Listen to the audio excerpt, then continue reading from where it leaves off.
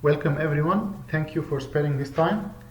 We'll talk about the hemodynamic support for COVID-19 critically ill patient and insights from the Surviving Sepsis Campaign COVID-19 guidelines. My name is Hassan Mitwally. I am a critical care clinical pharmacy specialist at Al Wakra Hospital, Hamad Medical Corporation. Hopefully, by the end of this lecture, the audience could describe COVID-19 critically ill patients' epidemiology and risk factors, and we could differentiate and define sepsis and septic shock. We could summarize the fluid management strategy for COVID-19 patients, and we could recall different vasoactive agents and select the drug for choice in managing COVID-19 patients with septic shock. Before we start, we need to know a fact that COVID-19 evidence is highly evolving. We know that every day we learn more about this virus and about the pattern of the infection. So these epidemiological findings and this evidence, the available one is at the time that we are talking now, which are today is the 6th of April 2020. In a recent epidemiological Chinese studies, including more than 44,000 of confirmed cases of COVID-19 patients, we found that 5% were diagnosed as critical cases and need ICU admission.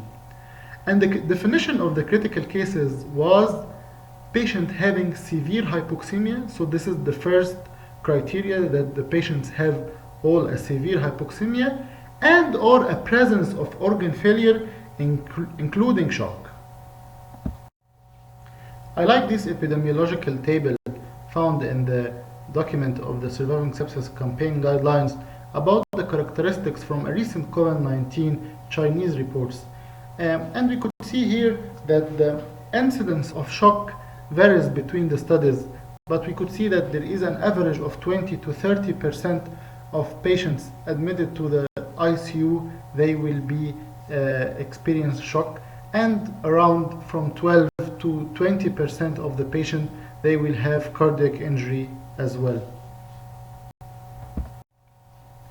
And in a very recent epidemiological study from 24 patients of 9 Seattle area hospital in US were admitted to the intensive care unit with confirmed COVID-19 infection, we found that all of the patients admitted, of course, they will have a respiratory failure, and around 75% of them, they need mechanical ventilation, and then around 70% they had hypotension and required vasopressor. So it is a little bit different from the previous epidemiological studies, but what we could understand that there is a high association of shock with the critically ill patients of COVID-19 requiring ICU admission. And around half of this small population, 12 out of 24, they died in the ICU between day 1 and day 18. When we talk about the risk factors for developing severe COVID-19 infection, there is a recent meta-analysis and systematic review that tried to evaluate the risk factors for a severe disease. And from the patient-specific characteristics, we could find that the odds ratio is higher with the age above 50. And for the comorbid conditions, we found the highest odds ratio was associated with the chronic kidney disease and COPD around 2.5 and hypertension around 2. And from the risk factors from the laboratory finding, we could find that lymphopenia with odds ratio of more than 4 and thrombocytopenia around 2.8, and also high CRP is one of the risk factors for developing severe COVID-19 infection. When we came to the risk factors associated with shock, actually the evidence is not that strong regarding this point, but we could say cumulatively from different small reports that older age, comorbidities like diabetes and cardiovascular disease, including hypertension, lower lymphocyte count, high D-dimer levels, these are some of the risk factors associated with COVID-19 shock patients.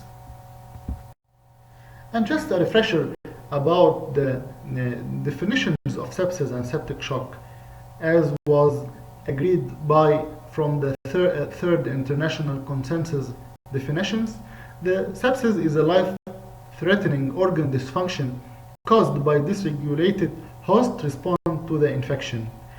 Sepsis can be identified bedside by QSOFA. So when the patient came to the emergency department, or he is on the floor, or wherever, and we need very quickly to distinguish if this patient have a risk of sepsis or no. So we could use the QSOFA, which was validated with 2 points or more having a high correlation with sepsis. So we have respiratory rate of 22 or more, we have altered mental status, or systolic blood pressure less than 100. So if there is 2 out of 3 with a suspicion of infection, this could confirm for us sepsis.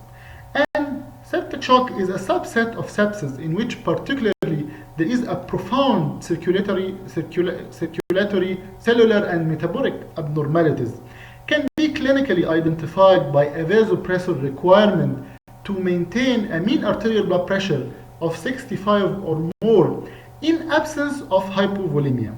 And another criteria that the serum lactate should be more than 2. So when we came to the management of COVID-19 shock patients, we'll start by the fluid administration strategy. And as we all know that up till now there is not enough evidence, or there is no evidence about the appropriate fluid administration strategy for those patients. So the Surviving Sepsis campaign recommendations was indirectly extracted from the evidence of other critically ill patients. And as we all know that those population, they are all admitted to the ICU primarily with hypoxia, severe hypoxia, and many of them, they fulfill the definition of acute respiratory distress syndrome. So in a recent meta-analysis of 11 RCTs, including more than 2,000 adult and pediatric patients with acute respiratory distress syndrome, they found that patients treated with restricted fluid strategy, they have more ventilator-free days, and they have shorter ICU stay. So we agreed that we need to use the least effective fluid amount for this population, and with regards to which fluid shall we use, also there is no a direct evidence, but indirectly the Surviving Sepsis campaign, they recommend the use of crystalloids over the use of colloids, because in critically ill patients and in septic shock patients, many RCTs and systematic reviews were conducted and failed to show mortality benefits with colloids over crystalloids. And with regards to the price and the adverse drug effects associated with colloids, so the panel recommend an initial resuscitation with crystalloids over colloids. So which crystalloid should we use? So the guidelines, they recommend, and this is new recommendation, was not there in the last Surviving Sepsis campaign on 2016 because of the emerging of some RCTs. One of them is the SALT ED, which compares the use of balanced crystalloids like ringer lactate when compared to saline, and SMART trial, which have the same arms, balanced crystalloids for saline but for critically ill patients, and both of them, they show a lower incidence of major adverse kidney event within 30 days, with balanced crystalloids. This is in the SALT ED, and in the SMART trial, in the critically ill patient, there is also lower rate of composite outcome of death from any cause, new renal replacement therapy, and persistent renal dysfunction with balanced crystals. And as we could see here, that the plasma sodium content is from 135 to 145, and we could see that the saline is way above this, and the lactate ringer and the plasma is very close from our normal plasma levels, and we could see this across the others, and with regards to the osmolarity. And with regards of saline, we could see very high content of chloride, and this is not the case with the lactated ringer and plasma-lite. So that's why a recent meta-analysis, although did not show a significant difference in the in the renal outcomes, but there is a significant difference in the acidosis and the associated hyperchloremia with saline compared with the others. And also additionally, in the balanced crystalloid, there is also other electrolytes like potassium, calcium, magnesium acetate or lactate, and this was not the case in the saline. And we need to avoid starch, gelatin, and dextran in acute resuscitation of COVID-19 patient, and actually any critically ill patient with shock. And why this? Because it increased the risk of blood transfusion, as was proven by RCTs and meta-analysis, increased the need for renal replacement therapy, and also the high cost. Additionally, we need also to avoid initial resuscitation with albumin, again because of failure of significant mortality benefit and high cost. So we need to assess the fluid responsiveness in those patients to avoid overhydration, which may worsen the oxygenation, as we agreed. So the Surviving Sepsis campaign recommend the use of dynamic measures to assess fluid responsiveness.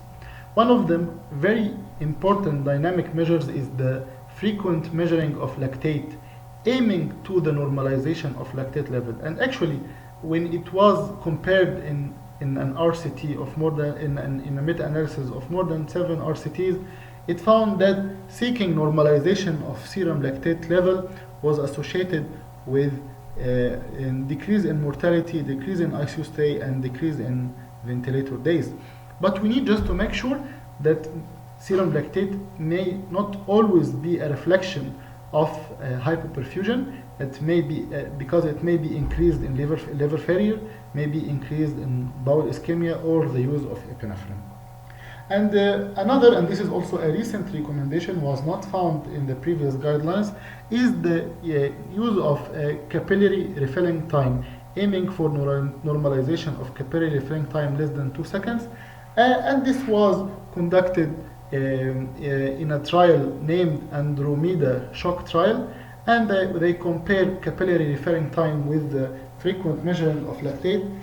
Capillary refilling time was measured every 30 minutes, or was done every 30 minutes, and the serum lactate was measured every 2 hours, and they found that capillary refilling time was non-inferior to the measuring of serum lactate every 2 hours. And actually, capillary refilling time is a non-invasive, very simple, not costly at all test that we could use to assess the fluid responsiveness. Other invasive dynamic measures include pulse pressure variation, stroke volume variation, or stroke volume change with passive leg raising test. Although these tests may need an invasive lens and invasive hemodynamic monitoring device, but actually it could give us more idea about the fluid responsiveness of these patients. And it was studied in many RCTs and meta-analysis, and they found that specifically the stroke volume change with passive leg raising test, they found that this test was associated with decrease in mortality, decreased ICU length of stay, and decreased duration of mechanical ventilation by more appropriate fluid assessment. So, the vasoactive agents, when shall we use these agents in COVID-19 patients? Again, the Surviving Sepsis campaign, they extract this evidence indirectly from other critically ill patients with shock, and they recommend that we could use vasoactive agents only in case of failure of maintaining mean arterial blood pressure above 65 in absence of hypovolemia. So as we discussed, it is very important to give fluids and assess for fluid responsiveness. If the patient is not anymore fluid responsive, and we agreed that we need to have more restricted strategy of giving fluids in view not to worsen the respiration and oxygenation. So at that time, this is the time of starting a vasoactive agent. In this slide, we'll have some refreshment about the pharmacology of different vasoactive agents. So when we came to norepinephrine, we found that it mainly acts on alpha, so it increases the systemic vascular resistance by causing a peripheral vasoconstriction, and will have also a good effect on beta 1, so it will increase the contractility and the heart rate, and subsequently increasing the stroke volume and cardiac output. And the side effects, adverse effects that we could expect from noradrenaline is ischemia, tachycardia, and arrhythmia. And from the adrenaline, we could find that it is almost the same effect of norepinephrine with some beta 2 effect. So that's why it caused some bronchodilation. So we could use it in the anaphylaxis. And from the side effect that was found in the clinical trials, that it caused more mesenteric ischemia, so causing more lactate when it compared to the noradrenaline. And the phenylephrine is an absolute alpha agonist, so it causes only increase in systemic vascular resistance. So we could expect that it will, as an adverse effect, will cause ischemia, and also it may worsen the heart failure, if any, because of increase of the afterload. And although dobutamate is not a vasoactive agent, but it has some role in septic shock patient, especially for COVID patient, as we will discuss. So when we discuss about the dobutamine pharmacology, we found that it is mainly act on beta 1, so increasing the contractility and heart rate, and it has some effect on beta 2 as well, so that's why it may cause some hypotension. Dopamine, as all of us knows, it is dose dependent. In dose less than 5 mcg per kg per minute, will act mainly on D receptors in the kidneys, cause more diuresis, and from 5 to 10 it will act on alpha and beta 1, and more than 10 it will act mainly on alpha blocker, on alpha receptor. And vasopressin, it acts on V1, so in the smooth muscles, and causing direct vasoconstriction. And the adverse effect that we could expect is again ischemia, tachycardia, and arrhythmia. So which vasoactive agents shall we use? So our patient is not fluid responsive and still hypotension, still his mean arterial blood pressure is less than 65. So this is with lactate is above 2. So this is an indication to start a vasoactive agent. So the guidelines recommend the use of norepinephrine as first line over other vasoactive agent. And there is a Cochrane meta-analysis that compare all of the vasoactive agent. They found just only the dopamine was associated with increased risk of arrhythmia and mortality.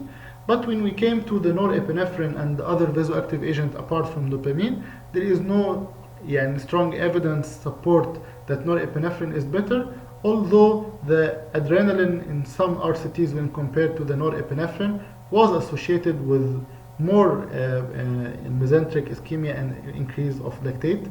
So if norepinephrine is not available, so we could use vasopressin or epinephrine. Dopamine should not be used because it may increase the risk of arrhythmia.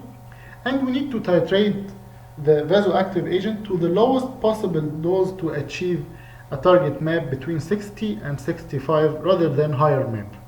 And this was recently proven by a 65 trial, but actually the population of the 65 trial are 65 years old and more.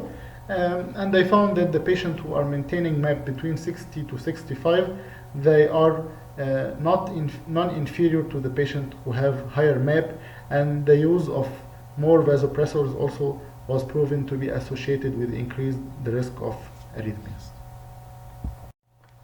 So we start, for example, norepinephrine, we titrate the dose to achieve a MAP between 60 and 65, but the patient still hypotensive, still we could not achieve an appropriate MAP. We are going up with the norepinephrine. So the guidelines here recommend adding a vasopressin to a norepinephrine instead of increasing the norepinephrine dose to a higher doses, if the MAP could not be achieved with norepinephrine alone. And actually, there was a review recently conducted by the authors of the Canadian Clinical Practice Guidelines, and they found that the additional of vasopressin to norepinephrine was associated with lesser atrial fibrillation events when compared to titrating norepinephrine doses to higher doses. So, specifically for COVID-19 adult patients who have a persistent hypotension and cardiac dysfunction, as we remember when we talk about the epidemiology, around 15 to 20% of the population of the COVID ICU population will have also cardiac dysfunction. So the guidelines here recommend the use of dobutamine instead of titrating norepinephrine dose in the presence of cardiac dysfunction. So this is need to be proven first. And if the patient who have refractory shock, low dose of corticosteroids could be used for reversal of shock. So the recommended dose of steroids is 200 milligram per day, and the guidelines recommend either to be used as intermittent bolus or as a continuous infusion. So if the patient has persistent hypertension, I could add vasopressin and hydrocortisone. If the patient has an evidence of cardiac dysfunction, instead of vasopressin, I could add dobutamine, but I need to make sure, because dobutamine may cause some peripheral vasodilatation because it acts on beta 2, so I need to make sure that the patient has an appropriate systemic vascular resistance before starting dobutamine. So as a wrap-up, we have to know that up to 30% of COVID-19 patients admitted to the intensive care unit will be in shock. Conservative fluid management strategy is highly recommended. Vasoactive agent may be required to keep MAP between 60 to 65 in absence of fluid responsiveness. In COVID-19 patients with cardiac injury, dobutamine could be added to vasopressors in case of persistent hypotension. And thank you.